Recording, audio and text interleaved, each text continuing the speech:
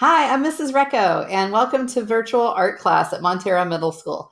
So things are a little bit different in this class, so I wanted to make a video to show you guys how we're going to learn in this class. But there are some tips that will also help you to do better in all your other classes, and especially as far as technology goes. So the first tip that I have for you is to make sure that you are using a Chrome browser. So if you're using a Chromebook, then for sure you're using the Chrome browser. But if you're not using a Chromebook, you need to make sure that you're using the Chrome browser, because using any other kind of browser can cause some technical difficulties that can be really frustrating and can really take up a lot of your time. So please make sure that you have a Chrome browser and that you're logged in with your school Gmail account. So that means that you're not just logged into your Gmail, but you're actually logged into Chrome on the browser itself. So I'm going to add a video in the workspace so you can see what I'm talking about. The second tip that I have for you is to make sure that you are interacting with class every day. So that means you have to be in the video. Like if we're doing a Zoom class meeting, then you need to make sure that you're in the video. You have your camera on. You're interacting with people. If we're doing a feedback activity, you're participating in it. If we're doing a discussion, you're participating. I know cameras are not comfortable. But when we can't learn in person, it's really, really hard to learn if you have your camera turned off and if you're doing other things in the background. So please make sure that you have your cameras on, at least for part of the class when we're talking, and that you're actually participating in the class. This also means that you will get the participation points associated with doing so. So make sure that you do that. Okay, I'm going to go ahead and show you our workspace so that you can see how this works. So there are really two ways to get to your daily work every day. The first way is to go through Schoology. So when you first open up Schoology and open up your class might look a little bit differently than this one, but this is basically what they look like. So if you go to week 9, this would be the current week. Obviously, you're in week 1, but your current week is going to be on the top. So it'll be right here in this folder.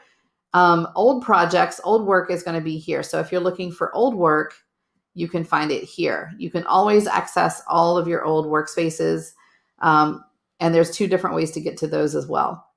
And then you also have the folder that says important course info. And this is your course syllabus. The help-o-matic, if you're having any kind of technical issues, it's helpful. Your supply list, the schedule, everything that you need for this class is going to be right here. Okay. So if you go to week 9, or actually for you, it'll be week 1, you'll notice that in that folder is a workspace. So there's a weird looking link here. You might, if you open up the folder this way, you might think that there's nothing in the class, but there is. So this is actually a link to the workspace. So you're going to click here, and the workspace is going to come up right here. So the workspace is all squished up inside this window. But if you click this button, it will open up the whole workspace so that you can access it a little bit better. That's one way to access each week's work. You can also go to mystudentdashboard.com, and all of your workspaces will show up here. So right now you should only have access to one of them, but you're going to have access to quite a few by the end of the quarter. So that's a way that you can also get to your older work. So this is an example of what the workspaces look like. Okay. You'll notice that the red cards say start here and Monday. So obviously you're going to want to start here. There's going to be some slides here or some kind of instructions here in every workspace to get you started and to let you know what we're going to be doing for the week. And then each day you need to do whatever task cards are here. All the work is broken up into different days to make it easier to do. So if you try to do all the work later at the end of the week and just turn everything in at once, it's going to be very frustrating because you're going to miss this group activity. You're going to miss the points for that activity. You're going to miss the feedback that you're going to get during that activity from your classmates to make your work better. You're going to miss a lot of things. So you want to make sure that you do all of the feedback activities on the days that they're assigned. So right here, you have 2 feedback activities on Tuesday. On Wednesday in this workspace, you're going to have some work to do here. On Thursday, you have some work to do. And then on Friday, you have some stuff to do. So you're going to have things to do every day. The way that works in this class is if you hover over these links, that's where the links are. So you might have to go out of the workspace to do the work, but the links are right here. And that way you have the whole week's worth of stuff in one place, and it's easy to see what all you have to do each day. Okay.